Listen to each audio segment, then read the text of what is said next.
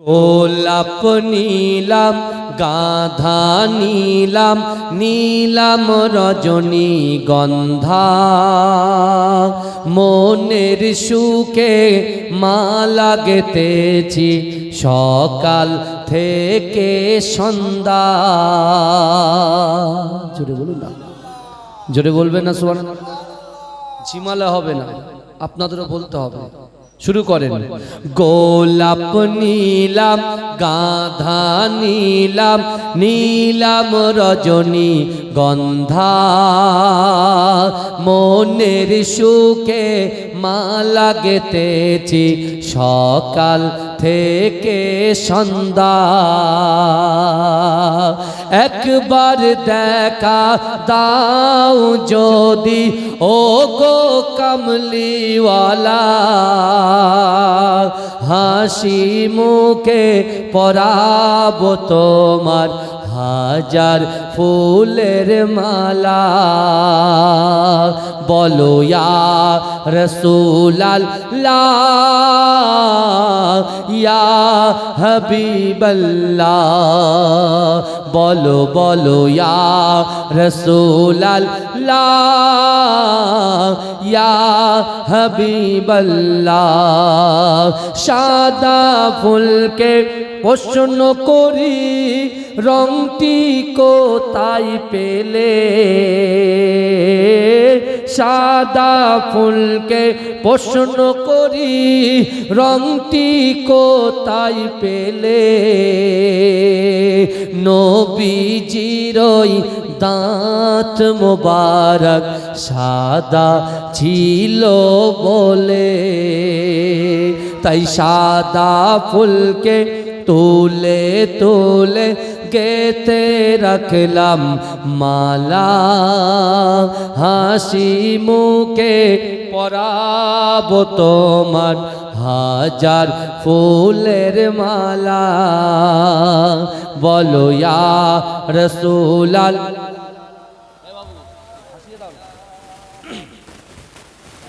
কালো ফুলকে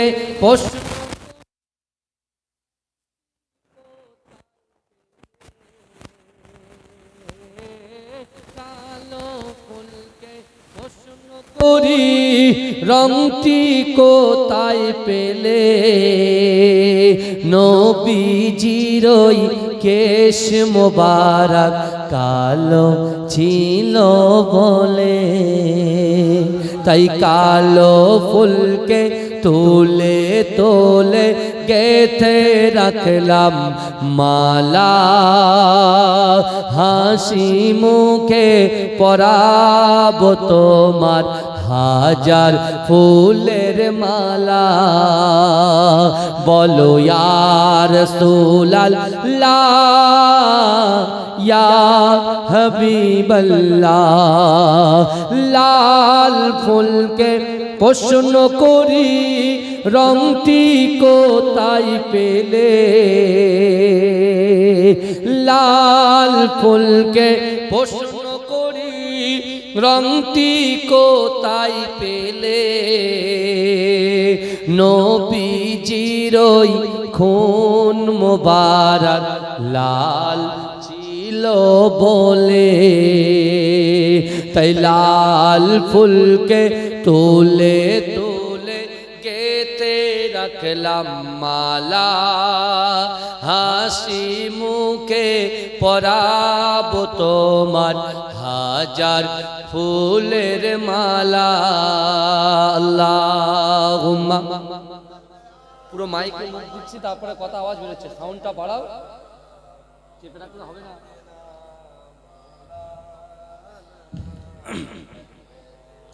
ওয়ালা আলী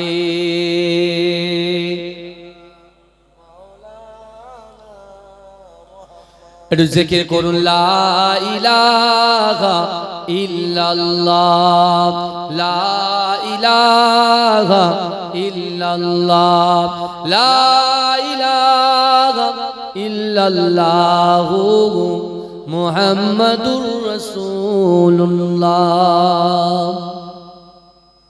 সকলে বলুন সাল্লাল্লাহু আলাইহি ওয়াসাল্লাম। নাহমাদুহু ওয়া নুসাল্লি আলা রাসূলিহিল কারীম, আম্মা বাদ। উপস্থিত আমার সম্মুখে বসে থাকা দিনদার ইমানদার আল্লাহওয়ালা নেককার আমার মুরব্বী বাপেরা, আমার চাচা জানেরা, আমার প্রাণ প্রিয় যুবক ভাইরা, পদ্মার অঞ্চলে ধার্মিকা পর্দানশীনা আমার আম্মা জান ও বোনেরা,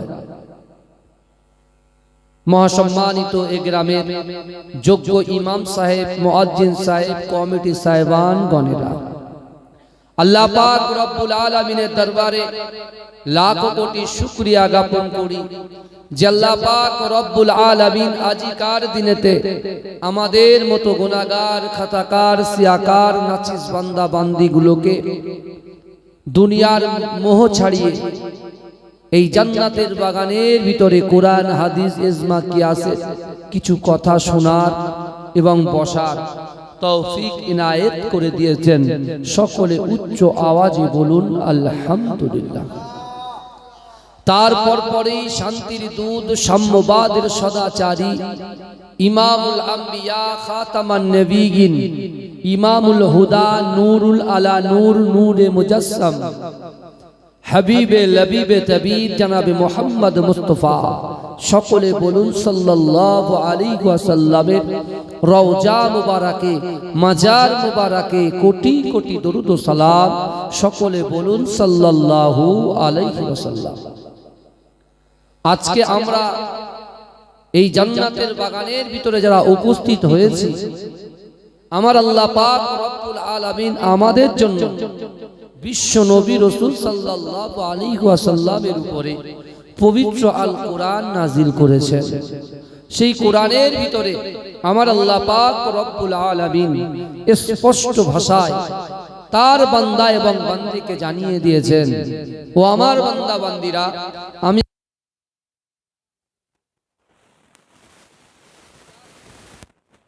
বলছি ফাজকুরুনি আযকুরকুম, বান্দা তোমরা আমাকে স্মরণ করো, আমি আল্লাহ তোমাদেরকে স্মরণ করব। জোরে বলুন। এই আয়াতের ব্যাখ্যা মানে অনেক। এক কথায় আমরা বলতে পারি যে আল্লাহ পাক রব্বুল আলামিন বলছে, বান্দা তোমরা আমার কথা শুনবে, আমি আল্লাহ তোমাদের কথা শুনবো। জোরে বলুন। আল্লাহ বলছে, বান্দি তুমি আমার কথা শুনবে, আমি আল্লাহ তোমার কথা শুনবো। আল্লাহ বলছে, যুবক তুমি আমার কথা শুনবে, আমি আল্লাহ তোমার কথা শুনবো। আল্লাহ বলছে, নারী তুমি আমার কথা শুনবে, তো আমি তোমার কথা শুনবো। কি বুঝলেন? আজকে এই গ্রামে আমার অনেক ভাইরা ব্যবসা বাণিজ্য করে, অনেক ভাইরা বাইরে গিয়ে কেউ পুট্টি প্যারিসের কাজ করতে যায়, টাইলসের কাজ করতে যায়, কেউ মাঠে চাষ করে, কেউ চাকরিজীবী কোনো একটা আবাসিক প্রতিষ্ঠানে জব করে। এরকম মানুষ আছে না নাই? কথা বলে। কেউ বাড়িতে মেশিনে কাজ করে। কিন্তু আমার বাবাজিরা বিশ্বাস করুন, আজকে আমরা যারা এই জান্নাতের বাগানের ভিতরে এসেছি, আমরা কেন এসেছি, কিসের জন্য এসেছি, কেনই বা এই জান্নাতের বাগানে আমরা বসবো? কারণ বিশ্ব নবী রাসূল সাল্লাল্লাহু আলাইহি ওয়াসাল্লাম যখন কোনো আলোচনা করতেন, কোরআন এবং রাসূলুল্লাহর মুখস্থিত বাণী হাদিস সামনে রেখে আমার দয়াল নবী সাহাবাদেরকে বুঝিয়ে দিতেন, আর সাহাবাদেরকে বলে দিতেন, এ আমার সাহাবারা শোনো, আমি রাসূলুল্লাহ যেটা তোমাদেরকে বলছি, আমার আনেওয়ালা যত উম্মত আসবে এই কথাগুলো যেন তাদের কাছে পৌঁছে দেওয়া হয়। জোরে বলো। সেই কথা বলতে বলতে বলতে বলতে বলতে আজকে আমাদের কাছ পর্যন্ত পৌঁছেছে। কিন্তু আজকে আমরা অনেক সমস্যার মধ্যে পড়ে আছি। কি সমস্যা? কারোর ব্যবসায়িক সমস্যা, কারোর শারীরিক সমস্যা, কারোর অর্থনৈতিক সমস্যা, পারিবারিক সমস্যা। বুঝতে পারছেন না? চাষ বাসের সমস্যা, নানান রকম সমস্যার মধ্যে আমি আপনি আমরা জড়িয়ে গেছি। কিন্তু আমার বাবাজিরা, এই দুনিয়ার জমিনের উপরে, আসমানের নিচে আল্লাহ পাক রব্বুল আলামিন যে আমাদেরকে এই দুনিয়ার জমিনে পাঠিয়ে দিলেন, শুধু দুনিয়াদারি করার জন্য নয়। কারণ আমরা বিশ্বাস করেছি, আমরা ঈমান এনেছি, আমানতু বিল্লাহি ওয়া মালাইকাতিহি ওয়া কুতুবিহি ওয়া রাসূলিহি। তাই তো নাকি কথা বলেন না? আমরা ঈমান এনেছি, আবার এর উপরে ঈমান এনেছি যে এই দুনিয়া থেকে আমরা বিদায় নেব, আবার কিয়ামতের মাঠে পুনরায় আমাদের কবর থেকে পুনরায় জীবিত করব, এর উপরে আমরা ঈমান এনেছি, তাই তো?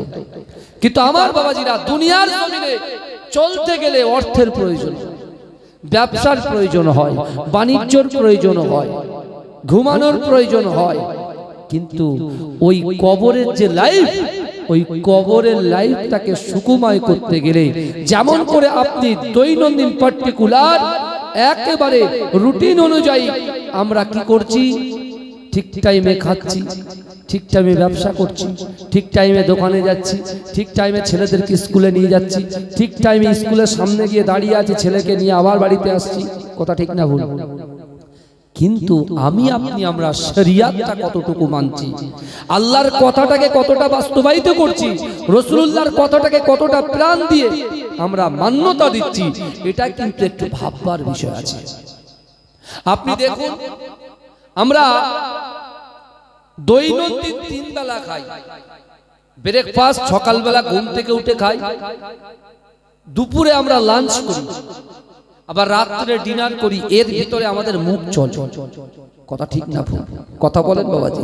কিন্তু আমার ভাইরা, একটা জিনিস আমরা বলতে পারি যে আমাদের কোনোদিন খাওয়া কাজা হয় না। দৈনন্দিন খাওয়াটা রুটিন অনুযায়ী খাওয়াটা কাজা হয় না, কিন্তু নামাজ কাজা হয়ে যাচ্ছে। কি বুঝলেন? মোবাইলে ফেসবুক এভরিডে লগইন করছি, কি আবার ইউটিউবে প্রত্যেকদিন দেখছি, ইউটিউব দেখছি, প্রত্যেকদিন হোয়াটসঅ্যাপে বন্ধুদের সঙ্গে চ্যাট করছি, ভালো করে বুঝবেন। প্রত্যেকদিন যার বাড়িতে ল্যাপটপ আছে, ডেস্কটপ আছে, সামনে নিয়ে দেখছি, সিরিয়ালটাও মাশাআল্লাহ সেটাও দেখছি। কিন্তু বাবাজি, যে পবিত্র আল কোরআন আল্লাহ পাক রমজান শরীফে নাজিল করেছেন, কারণ রাসূল বলছেন শাবানু শাহরি ওয়া রমজানু শাহরুল্লাহ, শাবান মাস হচ্ছে আমি রাসূলুল্লাহর মাস, আর রমজান মাসটা হলো আল্লাহর মাস। জোরে বলুন না সুবহানাল্লাহ। এই রমজান শরীফে আজকে আমরা আল্লাহ পাক আমাদেরকে পৌঁছে দিয়েছে, কিন্তু আমরা সব ঠিকঠাক চালিয়ে যাচ্ছি, কিন্তু কোরআন থেকে দূরে সরে যাচ্ছি, হাদিস থেকে দূরে সরে যাচ্ছি, নিজের শরিয়াত থেকে অনেক দূরে সরে যাচ্ছি। শুধু মন গড়া কথা বলছি যে আল্লাহকে ভয় করি, রাসূলকে মহব্বত করি, শুধু এই কথাটা মুখে বলছি, কিন্তু অন্তরে আমরা বাস্তবায়িত করতে পারছি না। কিন্তু আমার ভাই জানেরা, হে নবী পাকের উম্মত উম্মতিরা, হে নবীর দেওয়ানারা, আমার আল্লাহ পাক রব্বুল আলামিন বান্দাকে কত মহব্বত করে, বান্দাকে কত ভালোবাসে, বান্দাকে কত প্যার করে। হে যুবকেরা, যে আল্লাহ আমাকে আপনাকে আমাদিগকে দৈনন্দিন রুজি পাঠিয়ে দেয়, আল্লাহ পাক আমাদের সন্তান দিয়েছে, ইজ্জত দিয়েছে, সম্মান দিয়েছে। হে যুবকেরা, আমার আল্লাহ কোরআন পাকের ভিতরে স্পষ্ট ভাষায় জানিয়ে দিয়েছে, ও বান্দা, ফাআইনামা তুআল্লু ফাসাম্মা ওয়াজহুল্লাহ। আমার আল্লাহ বলে, বান্দা তোমরা যখন ডান দিকে তাকাও, ওই ডান দিকে আমি আল্লাহ আছি। তোমরা যখন বাম দিকে তাকাও, ওই বাম দিকে আমি আল্লাহ আছি। তোমরা যখন সামনে তাকাও, সামনেও আমি আল্লাহ আছি। তোমরা যখন পিছনে তাকাও, ওই পিছনেও আমি আল্লাহ আছি। এ যুবকেরা, হে নবী পাকের উম্মত উম্মতিরা, যেদিকে তাকাই না কেন, সেই দিকে আমাদের খালিক, সেই দিকে আমাদের মালিক, সেই দিকে আমাদের সৃষ্টিকর্তা আল্লাহ পাক তার বান্দার দিকেই তাকিয়ে আছে। আমার বাবাজি, আমি আপনি আমরা যেদিকেই যাই না কেন, যেদিকেই তাকাই না কেন, সেদিকে আছেন কে? আল্লাহ। তাহলে আমাদেরকে খুব হিসাব করে পা ফেলতে হবে। আপনার বর্ডার সাইডে গেছেন তো? কথা বলেন। আরে বাংলাদেশের বর্ডার গেছেন তো?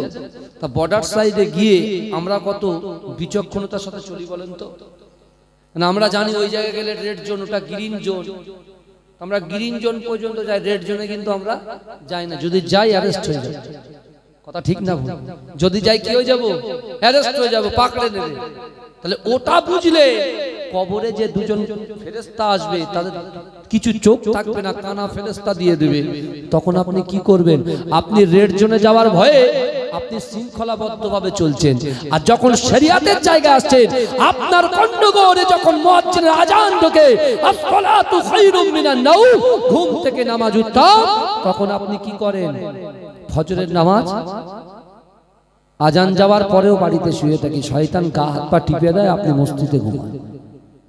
কিন্তু একবারও ভাবেন না যে এটা আল্লাহর হুকুম। কার হুকুম? নামাজ কার হুকুম? কথা বলেন, আল্লাহর হুকুম। রাসূলুল্লাহ বলতেন, যখন রজব মাস আসতেন, এই শাবান মাসের আগের মাসটা যেটা ফেলে এসেছি আমরা, ওটা হচ্ছে রজব মাস। ওই রজব মাস আসলে রাসূলুল্লাহ দোয়া করতেন, আল্লাহ আমাকে আপনি রমজান শরীফ পর্যন্ত পৌঁছে দেন, জোরে বলেন, যাতে আমি রমজানের রোজা রাখতে পারি। জোরে বলুন না। আল্লাহর রাসূল তার আগে সামনে পিছনে ডান দিকে বাদিকে কোনো গুনাহ ছিল না, কিন্তু রজব মাস আসলেই রমজানের জন্য দোয়া চাইতেন। জোরে বলুন। আর আজকালকার আমাদের কিছু যুবক আছে, ঠিক রোজার কাছাকাছি আসবে, ডাক্তারের কাছে যাবে, গিয়ে বলছে এখানে কিনকিন করছে, এখানে কিনকিন করছে, ওখানে অমিক করছে। ডক্টর বাবু বলছে ঠিক আছে, তোমার গ্যাস হচ্ছে, তোমার রোজা রাখতে হবে না। কারণ বাড়ি হোম মিনিস্টার বলছে রান্না কিন্তু করতে পারবো না, বুঝতে পারছেন না? রান্না হবে না, রোজা করতে হবে। আমার মায়েরা বলছে রোজা করতে হবে, বোনেরা বলছে রোজা করতে হবে। কিন্তু বাবাজি বিশ্বাস করুন, কর্তা বলছে এখানে কিনকিন করছে, মাজায় কিনকিন করছে, হাতটা যেন ঝিমঝিম করছে। এত বছর খেয়েছে, কি বুঝলেন? 12 মাসে 13 মাস খেয়েছে, আপনার 12 মাসে 11 মাস খেয়েছে, একদম যা সামনে এসছে, বুঝলেন? ডক্টর বলছে গ্যাস হচ্ছে, তা তুমি পেঁয়াজি ফুরুলি, হ্যাঁ বেগুনি, ওর দোকানে বসে বসে চাকুম চুকুম করে খাচ্ছ আর সিনেমা দেখছো। তখন তো আর মনে হইতে গ্যাসের কথা, যেই রোজা এসছে আর গ্যাসের কথা মনে হচ্ছে, তাই না? কথা বলেন না বাবাজি, কথা খারাপ লাগছে নাকি? কিন্তু আমার ভাইরা ভালো করে বোঝার চেষ্টা করে, শরিয়াতটা কিন্তু এমনি এমনি এই দাতারি মঙ্গল হাট পর্যন্ত পৌঁছায় যায়, কি বুঝলেন? এমনি এমনি আসেনি। আমার রাসূলকে কষ্ট করতে হয়েছে, মেহনত করতে হয়েছে, লাঞ্ছিত হতে হয়েছে, অপমানিত হতে হয়েছে, আমার রাসূলকে মার খেতে হয়েছে, কিন্তু তারপরেও বিশ্বনবী উম্মতকে এত ভালোবেসেছে, প্যার করেছে। আমার দয়ার নবী রাসূলুল্লাহ বলছেন না না না, আমার উম্মত জাহান্নামে যাবে, আমি রাসূল সহ্য করব না। জোরে বলে, জোরে বলা যাবে? কিন্তু সেই রাসূলুল্লাহর উম্মত আমরা, সেই রাসূলকে কতটুকু মহব্বত করেছি, কতটুকু ভালোবেসেছি। কিন্তু আমার ভাই জানেরা, হে নবী পাকের উম্মত উম্মতিরা, হে নবী দেবানারা, একটু ভালো করে বোঝার চেষ্টা করেন।